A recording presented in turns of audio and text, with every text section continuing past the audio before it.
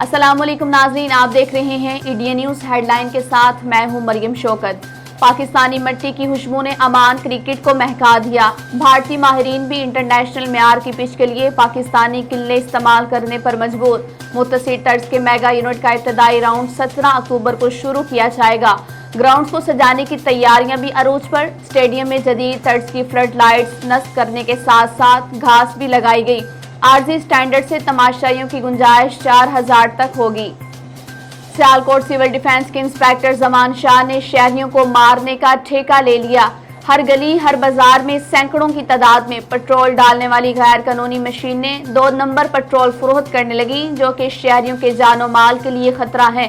Assistant commissioner Sonia صدف کی عملہ سمیت سول ڈیفنس ملازمین نے عرصہ دراز سے ہر ماہ لاکھوں روپے بھتہ وصولی کو معمول بنا لیا۔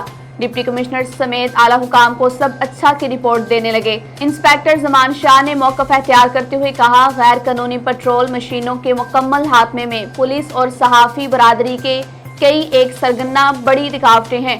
ہمیں محدود اختیارات کے باعث بااثر افراد کے خلاف کارروائی سے کئی مشکلات کا سامنا ہے۔ وزیراعظم عمران خان نے جنرل اسمبلی سے خطاب میں ایک مرتبہ پھر دنیا کو مودی بھارت کا کالا چہرہ دکھا دیا۔ اقوام عالم کو بتایا گیا کہ کس طرح ہندو توانہ نظریہ اقلیتوں کو کچل رہا ہے، جبکہ عمران خان نے اپنے خطاب میں مسئلہ کشمیر اور بھارتی افواج کی خیریت رہنما سید علی گیلانی کی میت کی بے حرمتی کو دنیا کے سامنے پیش کیا۔ وزیر داخلہ شیر رشید کا کہنا تھا کہ وزیراعظم عمران خان نے اپنے خطاب میں جرأت اور استدلال سے عوام عالم کو آئینہ دکھایا اور دنیا میں بڑھتی ہوئی معاشی اور سماجی بے چینی کے اسباب کا احاطہ کیا۔ شکریہ مہم LA-36 جموں 3 صاحبزادہ حافظ حامد رضا۔ وزیر مذہبی امور اوقاف نے شکریہ مہم کے سلسلے میں مچھرالہ کے سابق کسان کونسلر حاجی ملک انور ملک امجد کی رہائش گاہ پر سپورٹرز اور ووٹرز سے ملاقات کرتے ہوئے الیکشن میں بھرپور تعاون پر شکریہ ادا کیا۔ اس موقع پر ملک خالد حاجی ملک عبدالرشید، عباس شرازی، ملک انصر سمیت کثیر تعداد میں کارکنوں نے شرکت کی۔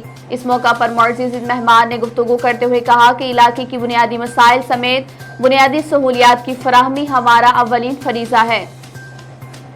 پاکستانیوں نے پنجاب میں پہلی سے 12ویں جماعت تک قرآن پاک کی تعلیم لازمی قرار دینے کا فیصلہ درست ثابت کر دیا۔ گلیف پاکستان نے پنجاب حکومت کی جانب سے پہلی سے 12ویں جماعت تک قرآن پاک کی تعلیم لازمی قرار دینے کے فیصلے سے متعلق ایک سروے کیا، جس میں ملک بھر میں 1400 سے زائد افراد شریک ہوئے۔ سروے کے مطابق دیہی اور شہری حلقوں میں پنجاب حکومت کے فیصلے کی بھرپور حمایت کی گئی۔ دیہی علاقوں میں 96%، جبکہ شہری علاقوں میں 95% عوام نے پنجاب حکومت کے فیصلے کی حامی بھری۔ سپریم کورٹ نے خواتین کی وراثت کے حوالے سے بڑا فیصلہ سنا دیا۔ عدالت عظمیٰ کی جانب سے خواتین کو وراثت میں حق اپنی زندگی میں ہی لینا ہوگا۔ اپنی حیات میں وراثتی حقوق نہ لینے والی خواتین کی اولاد کو اپنے پیاروں سمیت جائیداد سے بھی محروم کر دیا گیا۔ جسٹس عمر عطا بندیال نے ریمارکس دیے کہ قانون وراثت میں خواتین کے حق کو تحفظ فراہم کرتا ہے اور کرتا رہے گا۔